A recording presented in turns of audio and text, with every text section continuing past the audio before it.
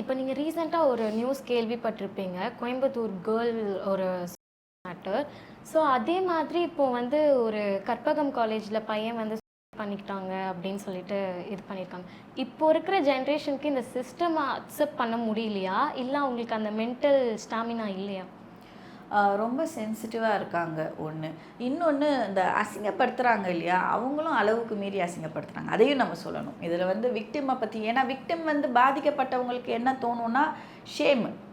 அசிங்கப்படுத்திட்டாங்க, அவமானம், இனி நம்ம எப்படி வாழ்கிறது, எப்படி சொசைட்டியை ஃபேஸ் பண்ணுறது, இதில் இருக்கிறவங்க ஒரு இம்பல்சிவ் டிசிஷனை பண்ணுறதுன்றது நடக்கிறது. அதுக்கு அவங்க ஸ்ட்ராங்காக இருக்கணும், மென்டலி ஸ்ட்ராங்காக. எதாக இருந்தாலும் நான் எதிர்த்து பார்க்குறேன், தப்பே பண்ணாலும் மன்னிப்பு கேட்டுட்டு போகிறேன், இல்லாட்டி நான் தப்பு பண்ணலைன்னா அதுக்காக நான் ஃபைட் பண்ணுறேன் அப்படின்றது வரணும். பட் அது வரல. இன்னொரு ஆங்கிளில் ஒருத்தவங்களை அசிங்கப்படுத்தணுன்ற முடிவை எடுத்துட்டா எந்த எல்லைக்கும் போய் அவங்கள அசிங்கப்படுத்துறதுன்றதையும் நான் பார்த்துட்ருக்கேன். உதாரணத்துக்கு இதே மாதிரி ஒரு சிமிலர் கேஸில் வந்து இது சின்ன பிரச்சனை, காலேஜில் ஒரு சின்ன பிரச்சனைக்கு அந்த பொண்ணோடைய ஃபோட்டோவையும் ஃபோன் நம்பரையும் சோஷியல் மீடியாவில் போட்டு விட்டுட்டாங்க. தப்பான ஒரு இதில் அந்த பொண்ணுக்கு அளவுக்கு போயிடுச்சு. அது ஒரு பிரச்சனையே இல்லை, ரொம்ப சில்லி பிரச்சனை. நான் என்ன சொல்கிறேன், இதுக்கு வந்து இது பதில் இல்லை, இதுக்கான ப்ரொப்போர்ஷன் இது இல்லை.